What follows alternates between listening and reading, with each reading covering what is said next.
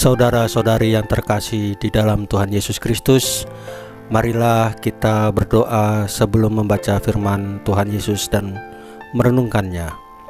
Dalam nama Bapa dan Putra dan Roh Kudus, amin. Ya Tuhan Yesus Kristus, Juru Selamat kami satu-satunya, kami mohon kepadamu, kami mengetuk pintu hatimu untuk Engkau hadir saat ini, supaya memimpin kami dengan Roh Kudus-Mu untuk membaca firman-Mu dan merenungkannya. Ya Tuhan Yesus, ampunilah segala perbuatan kami yang telah melanggar firman-Mu sehingga menjadi dosa. Kami tahu bahwa kerahiman-Mu dan Engkau satu-satunya yang mampu, yang sanggup menghapus dosa-dosa kami. Engkau telah menebus dosa-dosa kami di atas kayu salib dengan nyawa-Mu. Terima kasih Tuhan. Saat ini kami akan membaca firman-Mu dan merenungkannya. Amin. Dalam nama Bapa dan Putra dan Roh Kudus. Amin. Tuhan beserta kita, sekarang dan selama-lamanya. Pembacaan dari Injil Lukas pasal 6 ayat 39 sampai dengan 43. Hal menghakimi. Yesus mengatakan pula suatu perumpamaan kepada mereka. Dapatkah orang buta menuntun orang buta? Bukankah keduanya akan jatuh ke dalam lubang? Seorang murid tidak lebih daripada gurunya, tetapi barang siapa yang telah tamat pelajarannya akan sama dengan gurunya.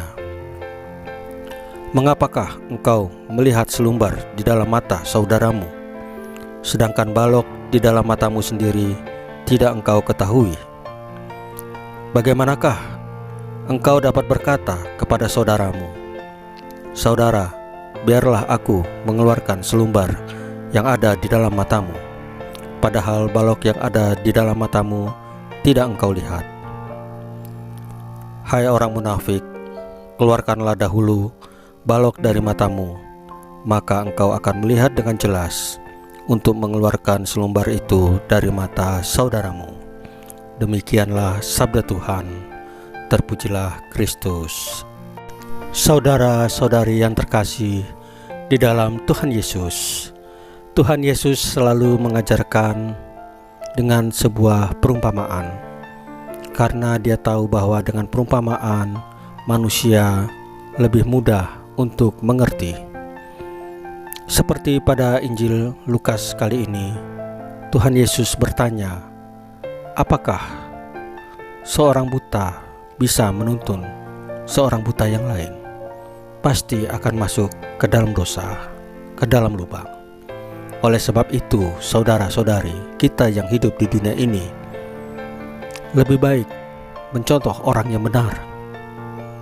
Jangan mengikuti kelakuan, pola pikir, kata-kata daripada orang yang melakukan dosa. Terkadang di dunia ini melanggar perintah firman Tuhan sering terjadi tanpa kesengajaan, tetapi itu tetaplah suatu dosa. Saudara-saudari yang terkasih, di sini Tuhan Yesus mengingatkan kembali kepada kita bahwa jangan sampai kita menjadi orang yang munafik. Itu merupakan suatu dosa.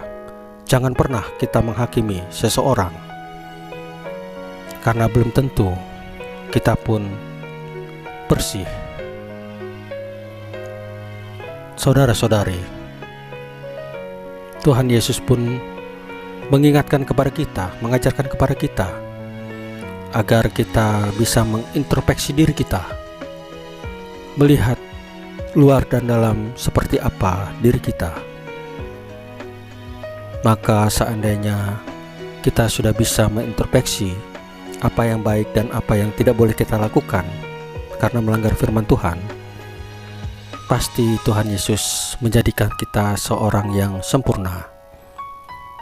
Seperti Dia katakan bahwa seorang murid tidak akan sama tingkatannya dengan seorang guru.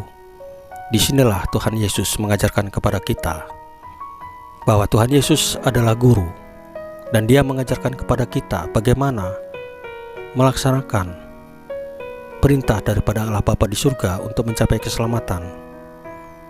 Jika kita sudah dididik oleh Tuhan Yesus dan mengikutinya, maka kita pun akan semakin sempurna. Marilah saudara-saudari, dalam keseharian kita tidak menghakimi, tidak munafik, dan mau mengampuni setiap orang yang melakukan fitnah, salah, membenci kita. Kita ampuni dan kita doakan. Mulailah belajar dengan mohon bimbingan daripada Roh Kudus.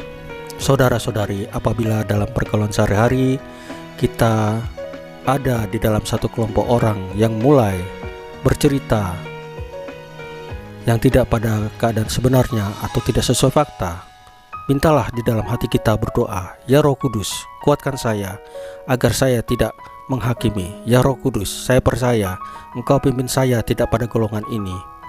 Saya percaya Engkau pimpin kami ya Roh Kudus pada jalan kebenaran."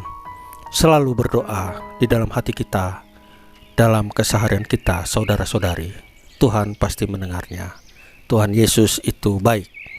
Dia sudah tahu siapa kita, dan Dia senang apabila kita selalu berdoa setiap saat, setiap waktu.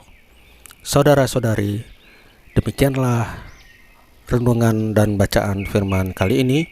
Marilah kita tutup dengan doa. Dalam nama Bapa dan Putra dan Roh Kudus. Amin. Ya Tuhan Yesus, kami mohon kepadamu, utuslah Roh Kudus-Mu di dalam hati kami, agar kami tidak menjadi orang yang munafik, tidak menghakimi, ataupun tidak mencela orang lain. Ya Roh Kudus, pimpinlah kami dalam pergaulan kami sehari-hari, supaya kami dapat melaksanakan isi daripada Injil Lukas hari ini. Karena kami percaya apa yang Tuhan Yesus sampaikan, yang Tuhan Yesus contohkan adalah jalan keselamatan ke rumah Bapa di surga. Terima kasih Roh Kudus, terima kasih Tuhan Yesus. Terpujilah Engkau untuk selama-lamanya. Amin. Dalam nama Bapa dan Putra dan Roh Kudus. Amin. Saudara-saudari yang terkasih di dalam Tuhan Yesus, renungan hari ini sudah selesai. Tuhan Yesus memberkati kita semua. Amin.